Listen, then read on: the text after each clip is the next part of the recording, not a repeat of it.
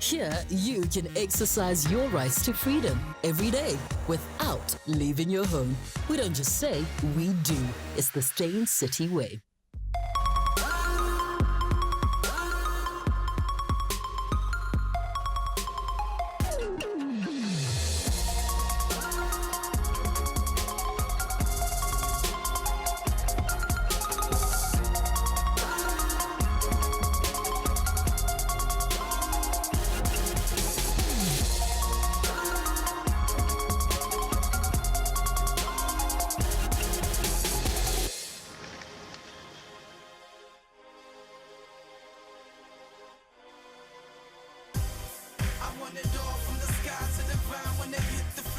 AKA knew from the start what he wanted.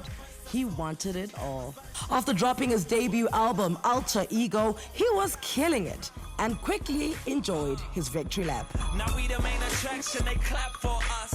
Waiting on my downfall, ground floor up. The album went gold and the awards soon followed. SAMAs, Metro FM and South African Hip Hop Awards. If AKA was nominated, he won it. The bar had been set, but for his second album, it was time to take it up a level.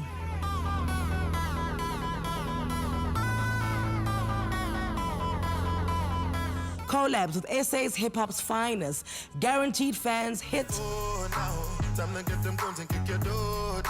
after hits And we the baddest team, woo woo, we the baddest team, ah yeah. after hits. I'm getting money like a wife, oh. 10 fingers on the Bible. From being dubbed the Prince of South African rap, he's paid homage to the greats, kept his composure, and taken control to become the undisputed king. Every time we in the club, it's a family show. Take the trophy on, we the champions. Anyway, from his gold-selling debut album, Alter Ego, that saw him sweep the best male artist at the SAMAs in 2012, to his platinum-selling Levels album that earned him not one, not three, not five, but 6 trophies at the SA Hip Hop Awards, AKA is simply used to winning. His 2016 performance and appearance at the BET Awards gained him further international traction as a nominee in the Best International Act category. Even the Brits weren't able to resist him when they honored him as their first ever African-based artist to be named on BBC Radio 1 Extra's coveted Hot for 2016 artist list. He is arguably the man of the moment with a lot of new announcements already in 2018. 2 new singles in the form of Star Signs featuring Stogie T, as well as Sweet Fire, an Australian tour in the works that's kicking off in March, and even a brand new age as he celebrated his birthday just a few days ago. Look, I'ma keep quiet now and allow you to welcome rapper, producer, and businessman, the SUPAMEGA himself, AKA! How are you? I am very happy that you're here. I'm also very happy to be here, thank you. Somebody said on Twitter they don't have a TV, but they're going straight to the shop to buy a TV, and then they're going to just install it and be able to watch you, because this is... They better pay the TV license. You can't buy one without a TV license. So unfortunately for them, I was watching this interview of you in Nairobi with some guy with a colorful jacket there. And he asked you, he said, so have you always been so self-assured, or did it only come, you know, when the money happened? And you were like, I've always been like this. You know, you just know me now because I'm famous. And I sat and I watched this and I was like, I can attest to this, because I remember very long ago, you were at my dad's house and you started a fight with me. I did? And I was like, this guy's fighting with me in my dad's house, guys. Oh, my word. No, it was fine. It wasn't a fight, it was an argument. This is what happens when you play 30 seconds. Oh, what's 30 seconds? Oh, then that's fine. So 30 seconds. Because I'm super competitive. I'm very competitive at everything. But I was probably fighting with you because I probably won and you might have been trying to cheat me out of my W. It was something along those lines. So hip-hop, you say, found you in high school. So now in high school it's a hobby, right? Then you get out of high school and you kind of make it a job. Then it becomes a career. But then there's that moment where it goes from being a career to becoming your purpose. Where do you think you are on the timeline of hip-hop? On the timeline of hip-hop, well, I think it's important to remember that, you know, I'm also one of those people, one of those artists looking at other artists and what's happened to their careers and their lives and thinking, you can't make music forever. You know, I certainly don't want to make music forever. Well, I think I will make music forever, but I feel like I want to get to a point where I don't have to. You know, I've been working on my album. I've been working on my music, and you know, I've realized over the last 2 years, there are more important things in life than making music. You know, I've given a lot to this industry. I've given a lot of my time, a lot of my blood, my sweat and tears, and it's given me a lot of things back. But I think now with me turning 30 and my daughter now, she's 2.5 years old. Now that she's getting older, I'm thinking, hey, is this all there is to life? Making music. So if you talk about the timeline of hip hop, maybe I'm at the end. Who knows? So then you've passed purpose then, because when you are almost at the end of whatever it is you're doing, then you're doing it for purpose. So then what is your purpose inside the hip-hop realm? Well, I think, you know, at the start you do it for purpose. Okay. And necessity, obviously necessity. But I'm not saying I don't have a love for music. I'm not saying I don't have a... You see, I always say a love for music. Have you ever heard me say, you know, I've always had a love for hip-hop? No, you haven't. You know, never said that. I've always spoken about it in musical terms. So even the music that I'm making now, you know, is still rap music. I mean, hip-hop did give me everything. But I want to maybe make different types of music. I want to make music that expresses how I feel. I think I always have done that, but now even more to a higher degree. It helps that you can sing. Do you go for musical training? I don't know. Some people say I can't sing. I think I can sing. You can. Have you heard me sing? If you want somebody who can't sing, I'll start singing right now. I think there's a difference, you know, when it comes to the craft of singing. Yeah. Because I'm a very serious person. You know, if I decide, people have always said, oh, AKA, why don't you act? I don't want to act because that means that, you know, I'm going to have to dedicate my whole entire existence to being the best actor. That's the type of person I am. So when you say, yo, can you sing? You know, it's a joke, but no, I can't sing. There are singers, like people who can sing. The people who sang? Yeah, it's like saying, oh, yeah, I can rap. No, well, obviously I can. Yes. But, do you know what I mean? Yeah, I hear what you're saying. Yeah. What's your earliest music memory? My earliest music memory has to be my dad playing me music. Or maybe me doing Michael Jackson moves in my, like... For your grandparents? For my grandparents. Yeah, they used to, I used to jump down the stairs and then I'd do my thing. You know, I still got the moves. I still use them today. No, we see that. We see that. So when you, because your grandparents would be like, you know, call Kenan. Kenan must come and dance here. We've got visitors. Yeah. That's the whole steez, yeah. I know, and then obviously when you walk off, you take like a choice assorted. There's a reward. Right. But also, you see, I also think I'm the smartest person in the world because the other thing used to be like, yo, Kenan, come read for us. Oh, that was a big one. Okay. Then I'd sit there with the encyclopedia and say, the African elephant is what? Do you know what I mean? I was always a big show-off. Once again, we can see it on stage. I'm glad you brought up the books because you also said, I think you were speaking to Tando Tabudi on 5M and you said to her, I'm cryptic. I can say one thing and mean two things. Now, the only way you can do that is by reading a lot. So are you a reader? Are you like constantly taking it in? I do. I used to read a lot of books, but now I read a lot of internet. A lot of internet? Yeah, Wikipedia is on the internet. So then what would you say, you know, keeps the well alive? Because, you know, when it comes to music, and the reason you're good at it, and the reason you are, like, you'll always be counted as one of the best is it's your lyrics. Your lyrics stick, they make sense, they tell a story, and they take us on a journey, Thank you. That's a very nice compliment. Oh, thank you. I hope someone's taping this so you can replay it at home. All right? Oh, did you just give the camera a stare? Yeah, and shout out to my own viewers. Dude, I'm experienced. Camera one. You know? Okay, so surely then you know that because you read a lot is why you can be fresh and keep on top of things. What else keeps the well full? I think the desire to want to be better, to be a better version of yourself.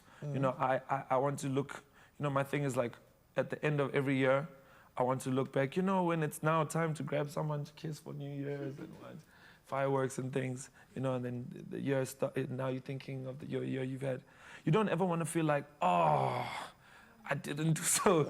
I didn't grow this year. I didn't, you know, change or whatever. So for me, it's about every year being a better artist, being a better father, friend or whatever the case may be. Just the opportunity like that every day, you get the chance to be like better, to do better. That for me is really inspiring. It might be a bit corny, a bit like Walt Disney-ish, you know, but I think that's what inspires me. You know, that competitive drive that I have in me to not for other people, but for myself. I don't want to be at some age where I'm like, yo, my life has passed me by. I should have done this, or I should have done this, or I should have done this. Are you good at making mistakes then? Am I good at making mistakes? As in, when I say you're good at making mistakes, can you make mistakes and not lambaste yourself and almost cripple yourself? Oh yeah, I can make mistakes and like, psh. But what I can't do is let other people make mistakes and let that slide. Oh, is that who we are? That's who I am. Okay, all right, listen, as you I'm trying to be better. You're trying to be better. Listen, as you can see, we are just getting started with AKA. Let's face it, is one of the people who is constantly being tweeted by fans and critics alike. So how about you join in the conversation? Have your say. Send your 20-second WhatsApp voice notes. You can ask him anything. Obviously, we're going to screen it. You can't swear. Then come back for all the answers with AKA after this. I think it's written in my star sign. I think it's written in my star sign. Everybody come on. How will I roll? JC Laro. That's all I think about. Sitting up in my room. How goose how Jeanette juice. It's all coming back to me like deja vu. Welcome back to Real Talk on SABC 3. The stage is yours, but today, the world is yours. See what I did there? If there's one thing you cannot take away from AKA, it's his work ethic. We've had the pleasure of watching him make strategic moves regarding his career, from early days as a member of the rap group Entity to his transition as a solo artist in the late 2000s. These days, the man is signing 7-figure endorsement deals, is sought after for his business savvy, and he commands boardrooms through his company, the Beam Group. If it walks like a mogul, and it talks like a mogul, it must be a mogul. Are you a mogul in the making? I'm definitely a mogul in the making, yes. I like that, the fact that you've got affirmation. You're not going to dance around it. Like, well, you know. Well, you know, I try my best to. No. No. You know? I am out here to do this thing. I think it's important because, you know, I think we had spoken about it earlier when we talked about what is your timeline of hip-hop. The other reason is because, you know, we've seen so many great artists and people who have made so many hits and so many records. Filled up like the biggest of rooms and clubs and stadiums, right. And you know, when they pass, they have nothing to give, you know, pass down to their family. And you know, artists seem to think like right now I'm hot right now and I'm popular, but I would be foolish to think that I would be like this that is going to be like this forever. Artists think that that's going to be their life forever. They're always going to, the sun is always going to shine on them. There's always new artists, there's always new people. So for me, building a business is very important for myself, for my daughter, and for my family, because, you know, God forbid something happens, or God forbid I'm not as popular anymore, whatever, you know. What's the process like for your hits, how you make them? Where is the best place for the music to find you? The best place for the music to find me? It depends on what I'm looking for. It depends on what sound I'm looking for. Yeah. Music can catch me anywhere, you know. That's why I have Shazam, because I can be at like, it's different vibes. So for instance, like The World Is Yours. I heard that at Caprice, Cape Town. Cape Town. Right, so I'm sitting there jamming nicely, you know, sundowners, whatever. And then, you know, I'll hear the song and I think, oh, what is this song? I love the sample. I Shazam it, then I take it on, then I, you know? Or maybe I'm watching a movie and I think, oh, what song is that? Yeah. You know, so, or I'm playing games. You know, the music can catch me at anywhere, at any time. Okay, so that's the music part. Let's talk about the lyrics part now. We've obviously established that you are a person, you've got words, vocab is on your side, it's in your head, and that's why you can just spit it. But you also said that you rhyme about things that people can relate to. So if you're always telling your stories, people will always be able to relate. Yeah. But you have a lot of stories, so how do you know which one to tell? That is an amazing question. Damn. I think that for me, when I come up with ideas for lyrics, for songs, it comes from the music. The music is the place where everything starts. So the beat is the place where everything starts. but lyrics also come from conversations.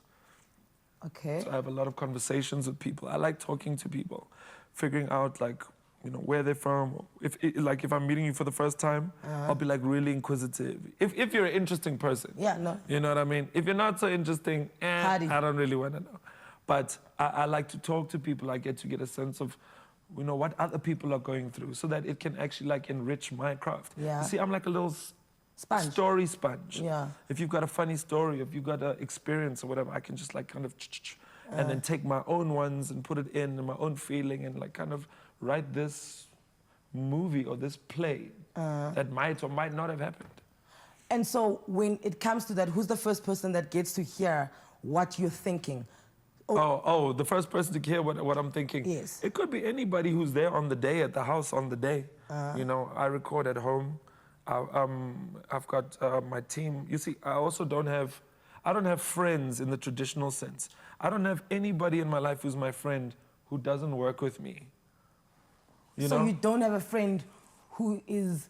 Who hasn't worked with me or for No, me? who's an estate agent. No. And they're married to a bank teller. No. And, you know... No, I don't. Yeah, really? Not really. Well, not any close friends. All my close friends are there to enrich me. And to make me better. And to make me better so I can make them better. You see, what's the use of having friends who don't help you? What's the point of having friends that you go to the movies with? No. You know what I mean? And because you are AKA, right? Is these friends that are around you, is it easy for them to say, that is a terrible track, you are not putting that on your CD? Because those friends that I have are people who have sold records as well. They are people like JR. Okay. Is a very, very close friend of mine. You know, the people who work with me, Blacksmith, my photographer, you know, or Prince, my business partner, or Don, whoever. We all are working to a common goal. I don't think I've ever been the type, you know, to have friends just for friends. I don't see the point. Somebody played Baddest, and then you were listening to it. You were like, "Oh, that's one of my babies," and I like that. The fact that you look at your catalog of music and you're like, "These are my children. They are my babies. I'm paying their medical aid." As you know, this one is They are paying my medical aid. Yes, actually. Okay, I see what you're saying. So, let's look at your children. Who's your favorite child? Differs every day. Really? Like, you know, like real children. Yeah. I would imagine. I didn't grow up in a big family. But I can imagine like parents are like, oh, today you feel differently about other children. That's what it is. It's all about a mood that I'm in. I have children that, you know, to extend the metaphor, some children are bigger children than others. As in they eat more? Or they've helped me eat more. Okay. You understand? So some children are bigger. It doesn't mean because you're the biggest, tallest child that you're my favorite child. Maybe you like the small, vulnerable one that needs protection. Okay, this metaphor, we're going too into the metaphor. Are we writing a song now? You can have it. It's all yours. Yeah, it's hard for me to decide. What's your favorite song to perform? Favorite song to perform right now? Don't forget to pray. It's always fun. And Angels is also fun. Okay. And the Kaifa song. And World is Yours. You see what I mean? Okay. And those are only a couple of the kids. Here's something. I got lots of kids. Look. And lots of hits. Ooh. Sorry. You can were use saying? that. Sorry, you were saying? Okay, so here's something most artists, in fact, for me, you might be the only artist who can do this. Oof, wait. the compliment today. No, but wait, listen to me. You know, you can't go to a Jay-Z concert and he doesn't sing Empire State of Mind, right? You can't go to a Beyonce concert and she doesn't sing Crazy in Love, all right? Now, when I look at you and I'm like, what? I can't go, and I tried to complete the sentence for myself. I can't go to an AKA concert without him singing this song. Yeah. And I couldn't find that song. So you have to have a think about it. And that is a great point. Yeah. It is, ne? Think about it. Because you've performed many times for my radio station. And every time your set is different. And every time I'm not lacking when you leave the stage. Thank you. But there's songs that you don't sing.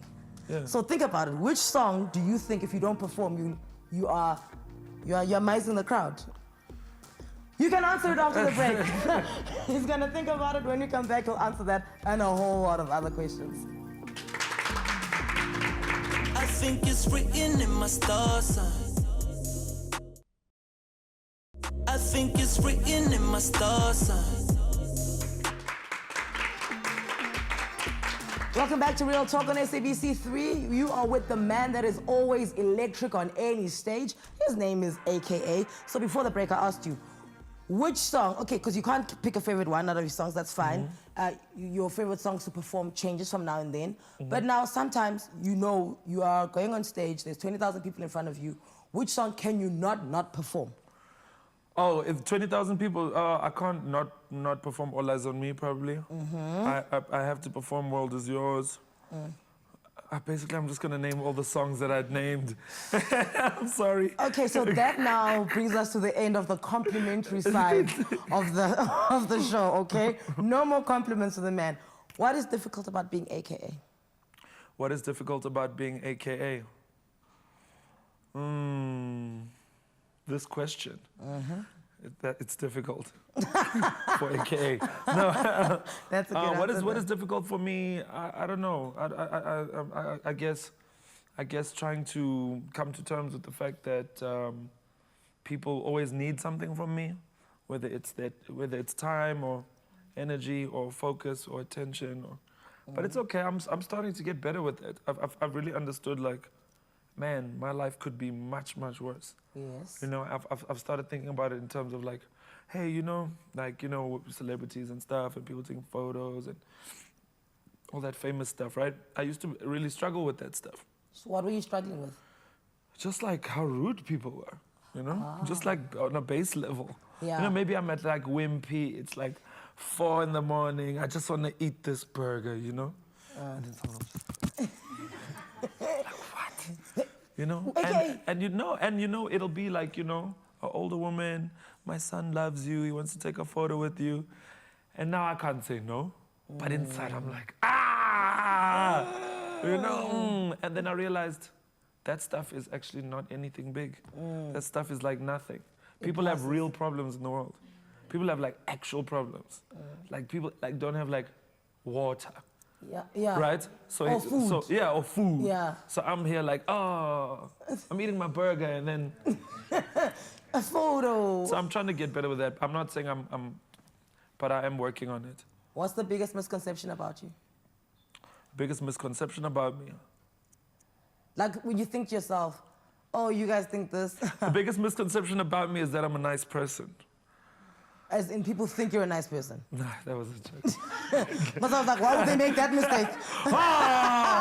Back at ya. It was irony. Okay, no, the biggest misconception about me, I don't know, because I can't, it's a hard question to answer because other people misconceptualize me. So it's hard for me to, do you understand what I'm saying? It's hard for you to know what I don't other know people... what the conception is, what the concept of me is. But you're getting a lot of, I mean, let's be honest, this is 2018, it's not 2008 where the only time you knew what people were feeling about you is if they said it on the radio, on a TV or whatever. Now we can get to you, I can Instagram you, I can Facebook you. But you see, boom, in the last year or two, yeah. I'm not on it anymore. And especially for the last year. Yeah. In the last year, I've dialed down my social media, like attention-wise, like by 50%. Why? Because because people live like this, and if you live like this, you're missing what's going on here. You know, like you ever go to dinner, and like have 10 people on their phones? Yeah. I know it sounds like small, but it's for real. Like people are gonna start going to like therapy, rehab for like social media dependency, and I just feel like it's a mean place, yo. Especially Twitter, it's too mean. You can't say anything good. There's nothing good about it. And unfortunately, all the good fans and all the love and the stuff gets drowned. Gets lost. But it's okay, you know why? Because I'll see it there at the show. I was about to say, when you go platinum... I'll go stand on the stage and I'll see them like there. You know, I've never met anybody rude to me in Twitter in real life, ever. Not one person. All I see is people who love me, so why am I focusing on this thing? Do you ever doubt that you are the best? I like that, you know. they're in church right now. It's like an amen. Short Marty, don't forget to pray. Do you ever doubt that you're the best? No. Not a little bit. No. Nothing. I'm not. That doesn't mean I'm not fans of other people. I'm a fan of lots of different people, people that inspire me. I look at like Questa, for instance. I love him as a person, as a role model for young people, as a role model for older people, as a role model for other guys in the industry. You know, he's a family man. He makes great music. Do I think I'm better than him? Yes. Do I think I'm better than any other buddy that you're gonna mention? Yes, I think I'm better than everyone. Okay, then, which song in the last, say, year or two has been released by somebody else and you thought to yourself, damn, AKA should have released that song? There is a song. Wild Thoughts, man. I wish, it's such a simple idea, right? Man. Dude, what a genius idea. And every time it plays, you're like, this song is so easy. And I used to like, you know, I'm big on sampling and I liked like good sampling. But that's like pop sampling, like, obvious, take that Carlos Santana song, Maria Maria, just take that guitar and boom. So I thought like, oh, this is like dumb obvious. I should have really made this song. Maybe it's that, because I actually tweeted that you know you're good when people do things and you make it look so easy that everyone else thinks that they can do it. Maybe that's why that song is so good, that we all think it's so simple that anybody could do it. It is simple. It isn't. But the most genius ideas are the simple ideas.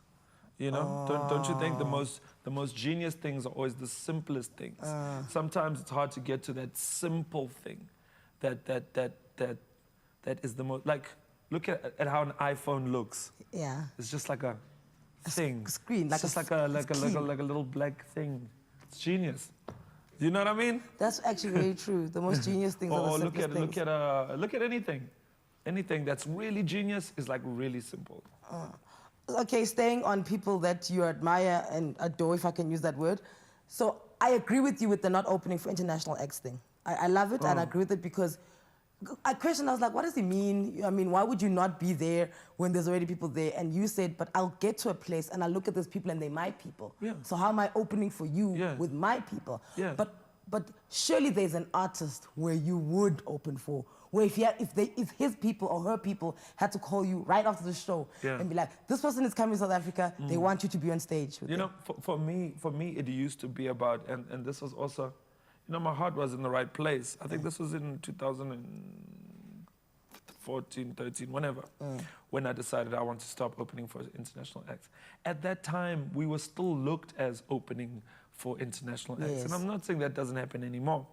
But these days, when I do a show, you see, I'm alongside an international act now, even if I'm performing before them.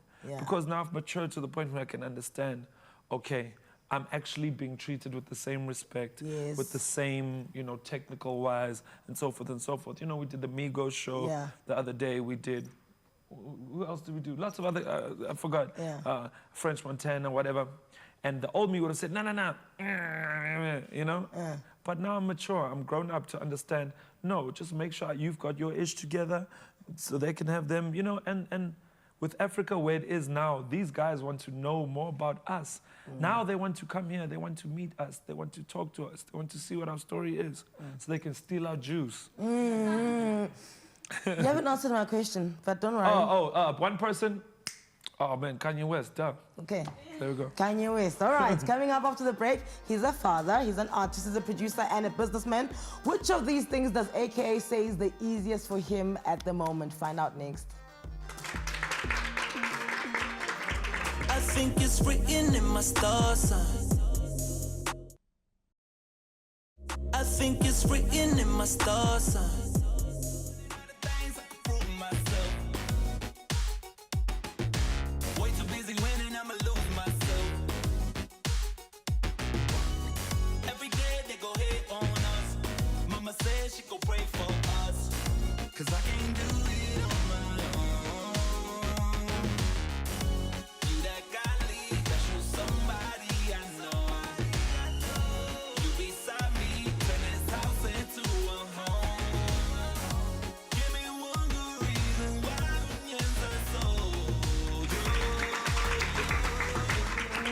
Welcome back to Real Talk with my guest, AKA. He certainly is juggling a lot of balls in the air as artist, producer, and entrepreneur. Add to that, one of the most important roles in his life is being a father. And believe it or not, he says that being a father to Cairo is the easiest thing in his life at the moment. Is that true?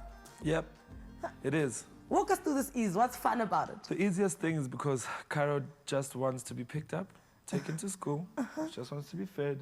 She just wants to watch TV. She wants a daddy to pick her up and turn her into a helicopter.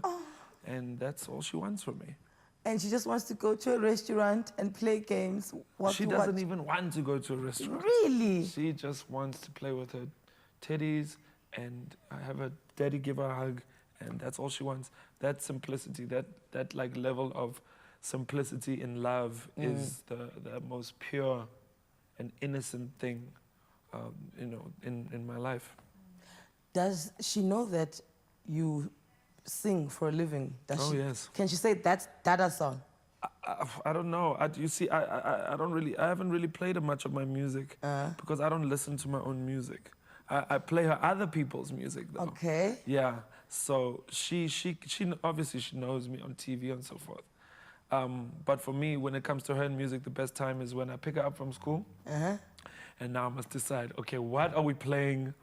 You know, that's like Daddy and Cairo time for music now. It's like music school. So I play a Playboy Cardi. Okay. Yes. All right, and she can even do in the Anele rock, and then she goes, whoo, whoo, whoo. You should see it, it's hilarious. But it won't be on social media. No. Because social media is dead. To you. Are we planning on having another Cairo? Yeah, I want to have more kids. How many are we looking at? Soccer team, basketball team, cricket team, rugby? I want to have a son. I really want to have a son. And if I get one, a son, I'm done. That's it, no more. Yeah. Okay, so what can we go on Tinder and find you a candidate so you can find the next person that's going to bring us Keenan Jr.? Look, I believe that, you know, for me, I invested a lot in my last relationship, and you know, I'm not saying that, you know, I'm going to move on and just go out there in the world and find someone, but I'm also not saying that my life is going to stand still. My life has to keep moving on. Yes, it hurts. Yes, I still love her, but you know, for me, and thinking about having kids, you know, that's a very, very far away thought for me right now. Could you date a normal girl though? Like once again, an estate agent? I think maybe, you know, maybe that's what I need to do. Maybe I need somebody who works at like a bank. Do you work at a bank? No, when I say like I need somebody,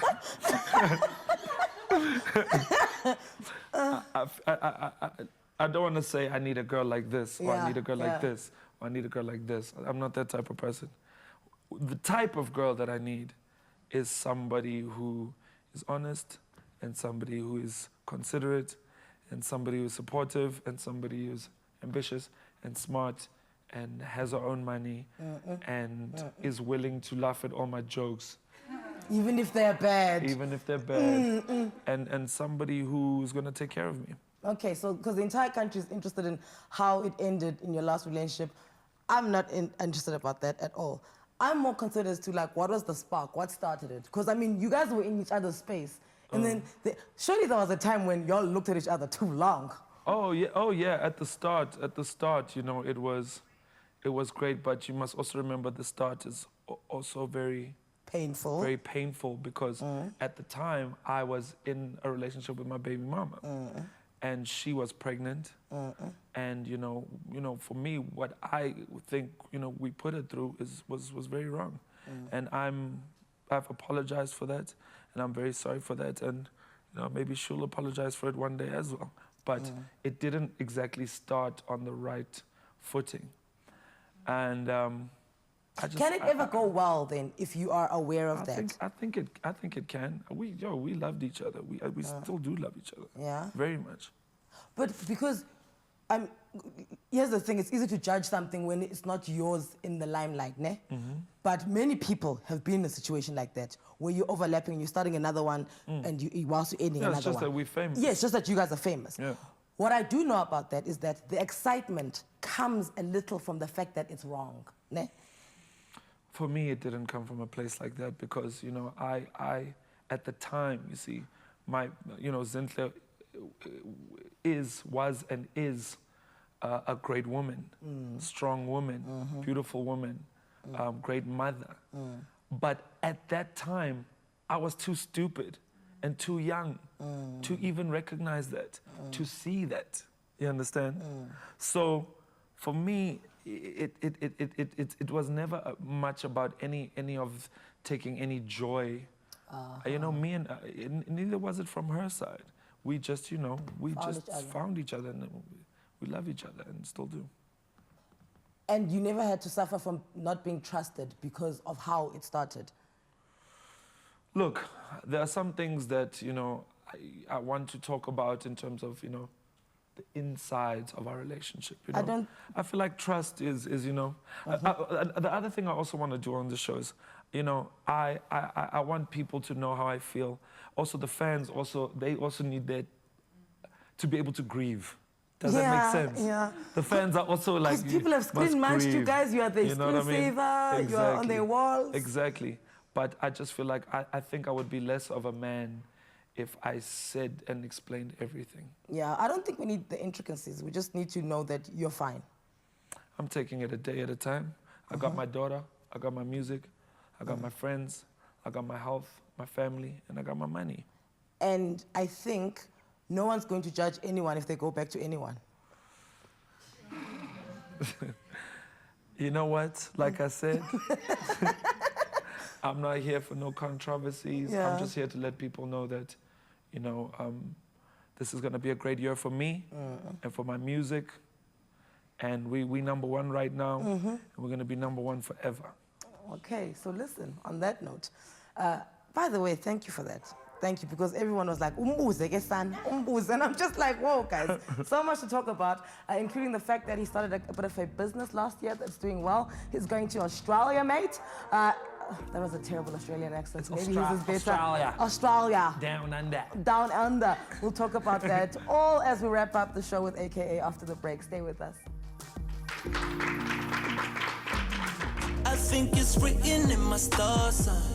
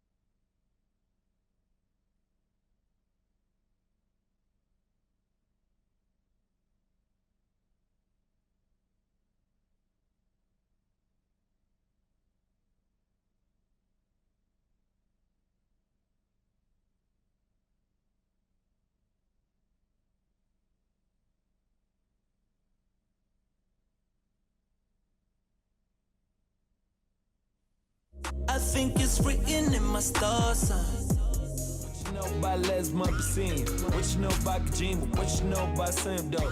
Anati got the info. Blacksmith got the endo. Now you liking my photo. Catch me jumping out the benzo. All white, Omo. Clean merch, got the t-shirt. Say dream work, check the logo. Teamwork makes dream work. We out here, Joe. Welcome back to Real Talk. This is our last bit of conversation with our rapper, our producer, our entrepreneur, AKA. So late last year, AKA asked the question of the public, you want to be rich or you want to be wealthy? Well, with the business moves he's been making of late, I think it's safe to say that AKA is not just interested in being rich, he wants to take it up a notch. The Beam Group got into a new partnership which has given rise to Beam Digital. I have all kinds of questions and I'm so glad you're here. Where do you want to start? What is Beam Digital? Beam. Beam. Beam. So Beam Digital came out of me, breaking away and forming my own management company and my own record company for my own music. Okay. That was Beam Group. And then we kind of realized that we want to move into the digital space.